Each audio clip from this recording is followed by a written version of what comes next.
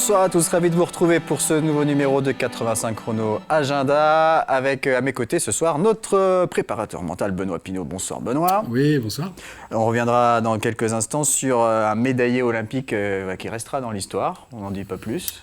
Plutôt chanceux et on va voir la suite de l'histoire plus tard. Ouais.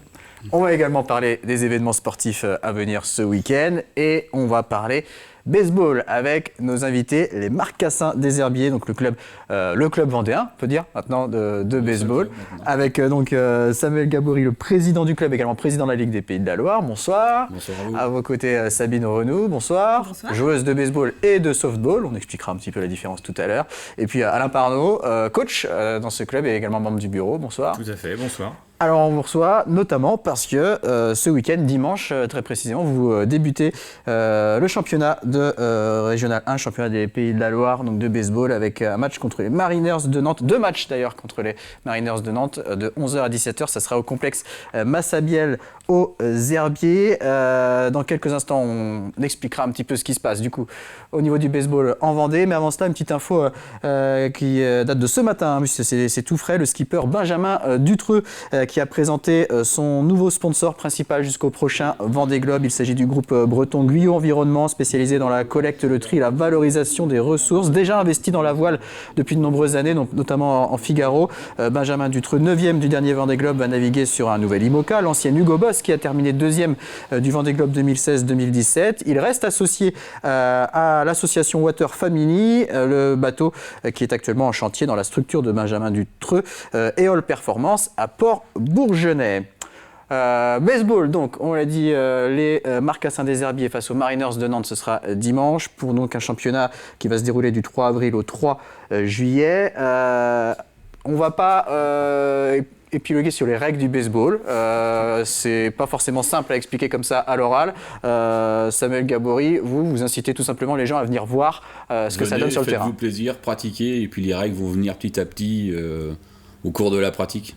Ça serait trop compliqué à expliquer en 5 minutes. Sachant que c'est important de savoir, si vous venez au match dimanche, il y a des explications au micro qui sont faites. Qui présente le match, comme ça permet de comprendre pour les novices, quoi. Alors, peut-être parler de l'histoire du club, depuis quand ce club existe et comment il s'est développé jusqu'à aujourd'hui. Le début du club, c'est des collègues de boulot de Ouestalu, on peut le préciser, c'est un sponsor, qui le mercredi ont tapé la balle petit à petit entre eux, ça s'est grossi, je me suis attaché à eux. Et puis, moi, j'ai décidé tout de suite de monter un club. Donc, on commence l'association, le club. Et en 10 ans, on est passé de 5-6 le mercredi à aujourd'hui 52 personnes. 52 licenciés, oui. Et on évolue en championnat régional officiel. Et samedi, nos jeunes vont, pour la première fois, jouer en équipe. D'accord. À Nantes. Donc, sachant qu'il y avait un club à La Roche, il y avait un club à Champs-Saint-Père, et maintenant tout le monde s'est regroupé avec vous, c'est ça ? Le regroupement a été fait aux Herbiers parce que c'était la structure la plus imposante. La mairie nous a aidés, donc automatiquement, les gens se déplacent où la structure est la plus solide, quoi. Sabine Renou, donc vous êtes joueuse depuis quand et pourquoi, comment ça s'est fait? Comment êtes-vous arrivée au baseball? C'était un peu par hasard, disons que c'est mon coach qui m'a initiée il y a à peu près 6 ans. Et j'ai trouvé le sport très sympa, c'est un sport mixte, c'est vrai que ça on ne le sait pas forcément. Et c'est un sport qui est adapté vraiment à toutes les morphologies, à tout le monde, on prend vraiment du plaisir rapidement. Et voilà, c'est un sport atypique où on se dépense et on prend vraiment plaisir à jouer. Alors, il y a le baseball, donc en gros, pour vraiment résumer, hein, mais en effet, il faut aller sur le terrain et voir un match pour comprendre. On a une attaque, une défense, un lanceur, un frappeur. Mais vous pratiquez également le softball. C'est quoi la principale différence ? La principale différence, c'est que le terrain est plus petit, la balle est beaucoup plus grosse et puis et le jeu est un peu plus rapide. Le lancer aussi est différent, le lancer de ce qu'on appelle le pitcher, donc celui qui est sur le monticule. Et voilà, donc, et puis ça peut se jouer aussi en indoor, donc c'est la possibilité en hiver aussi de continuer une pratique du jeu. On voit quelques images là, du stade à Massabielle. On parlait de l'évolution du nombre de licenciés, Alain Parnot. Il y a aussi l'évolution au niveau de l'équipement. Aujourd'hui, vous avez des infrastructures quand même beaucoup plus adaptées à votre sport. Bah oui, bien sûr. Et puis c'est vital pour nous, hein, parce que le baseball, c'est quand même un sport un peu spectaculaire. Et c'est ce qui a valu d'ailleurs le regroupement aux Herbiers. Parce qu'ailleurs, on n'a pas pu avoir une structure qui nous protège et qui protège aussi les gens qui regardent, parce que les balles, voilà, elles se déplacent un peu partout sur le terrain, elles partent derrière. On a eu quelques pare-brises cassés pour les voitures qui étaient proches du terrain. Donc voilà, on a besoin d'une structure de protection, comme vous voyez sur les photos. On a des casques, on a des gants, voilà. Puis on a aussi des enfants qui sont pas bien grands, donc forcément, il faut aussi les protéger. Donc voilà, il y a toute une structure autour. Et puis, encore une fois, pour la pratique, on a aussi la chance d'avoir une cage de batting, ce qui nous permet d'évoluer déjà pour nous. Et puis, si les gens veulent venir en découvrir, qu'ils viennent avec plaisir. On a un espace protégé, donc qui viennent et puis on en discutera avec beaucoup de plaisir. Donc les gens peuvent venir, j'imagine, sur des séances d'entraînement qui ont lieu quand ? Le mercredi à partir de 18h30 jusqu'à 21h, et puis sinon le dimanche matin, 9h30 jusqu'à midi à peu près.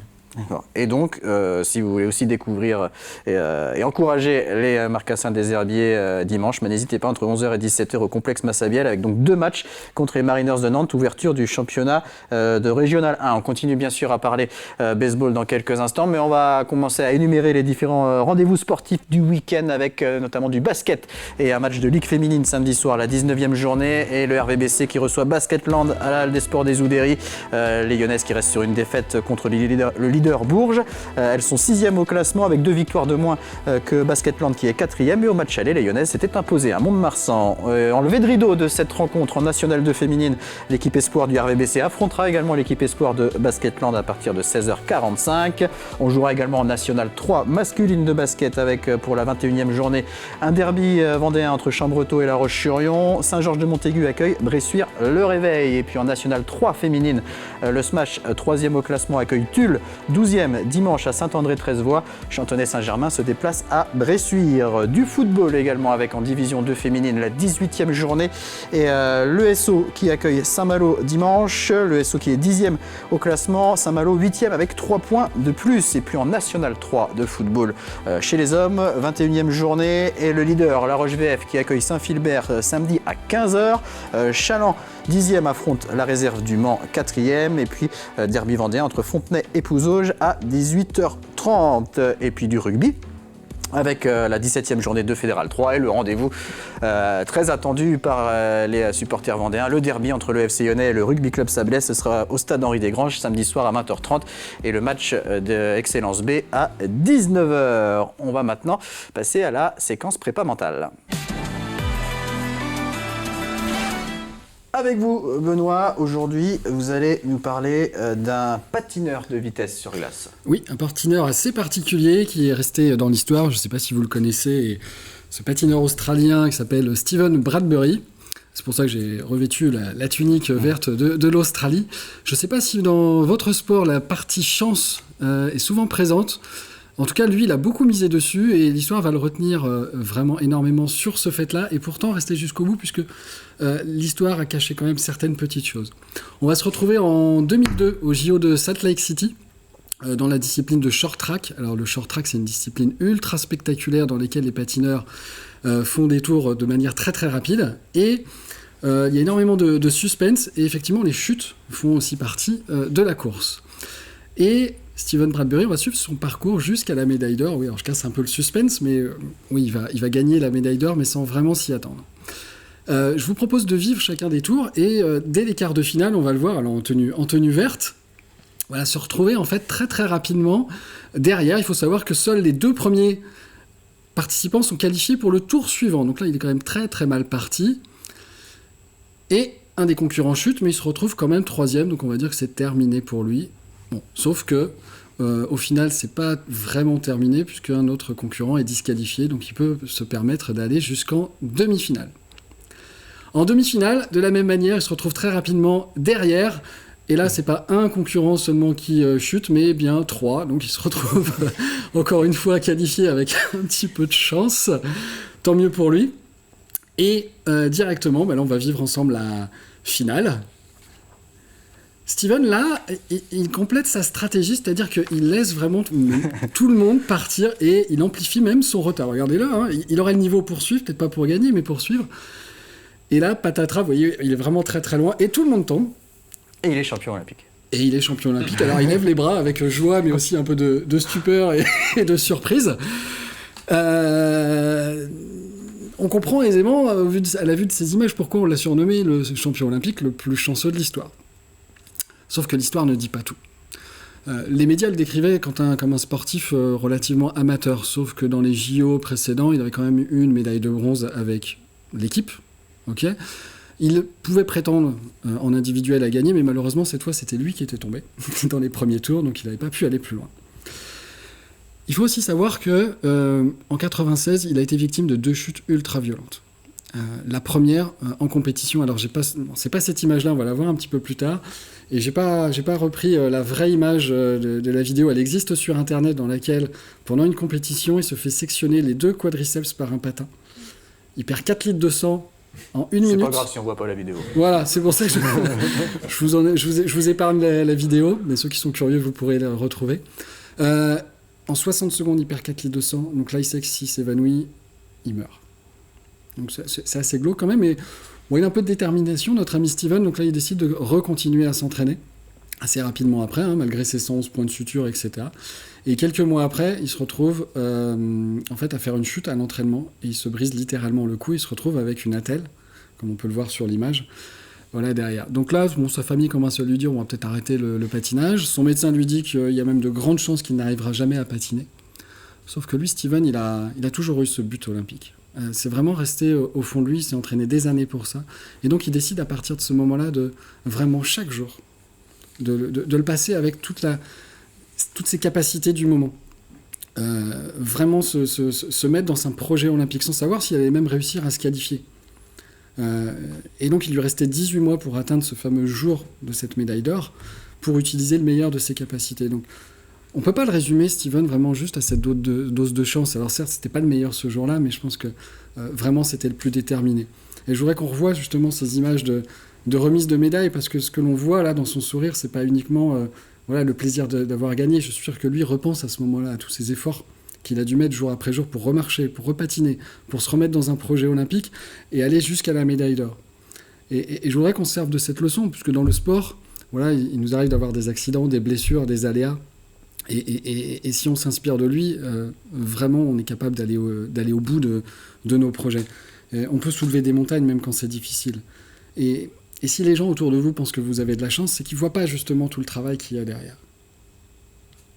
Et la dernière phrase dont je voulais dire aujourd'hui, c'est aussi une citation de Fangio. Si vous voulez gagner la course, d'abord, il faut arriver. Voilà. Donc Merci. je ne sais pas si la chance fait partie de votre domaine, mais derrière la chance, il y a aussi beaucoup de détermination. Il y a un beau facteur sur la chance aussi. Ouais, Au moment de la frappe, surtout de la balle, Ouais. quand on voit que les meilleurs joueurs en MLB touchent que 30-35% des balles sur une saison, on peut se dire que si nous on en touche 50%, il y a certainement un facteur chance dans le lot. Pour compléter ce que dit Samuel, on dit souvent que dans le baseball, c'est 50% mental et 50% donc physique. Donc le parti quand même mental à Très son important. poids. Alors sur ce championnat de Régional 1, quels sont les objectifs des herbiers ? Est-ce qu'on souhaite monter au niveau supérieur ? D'ailleurs, c'est quoi le niveau supérieur ? La D3. Division 3.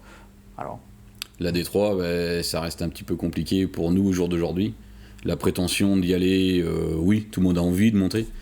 Mais ce qu'il y a dans le baseball, c'est qu'il y a toute l'infrastructure qui doit être conséquente à la D3 et les officiels. Et on n'a pas ce qu'il faut aux herbiers pour aller chercher la D3 au jour d'aujourd'hui. Nantes a la capacité d'aller chercher la D3 et structure et personnel, quoi, en fait. Nous, aujourd'hui, on ne l'a pas, mais bon, on cherche toujours à gagner, quoi. il y a sur le terrain, justement, sans parler après de tout ce qu'il y a besoin autour pour être au-dessus, est-ce que vous sentez que vous avez le niveau, les moyens, justement, pour terminer en tête de ce championnat, Sabine ? Oh bah oui, les gars. Alors moi, je joue en loisir, donc je D'accord, vous ne n'êtes fais pas pas dans les l'équipe, matchs. Mais bien évidemment, je les supporte activement et ils ont les moyens largement de monter. Oui, bien sûr. Depuis 6 ans que j'en fais, on a vu une évolution quand même fulgurante avec beaucoup de professionnalisme. Donc oui, il y a largement possibilité. Et puis pour mémoire, en 2018, on a gagné un championnat officieux qui n'était pas officiel à l'époque. Donc on a déjà vaincu nos adversaires directs qui sont Nantes.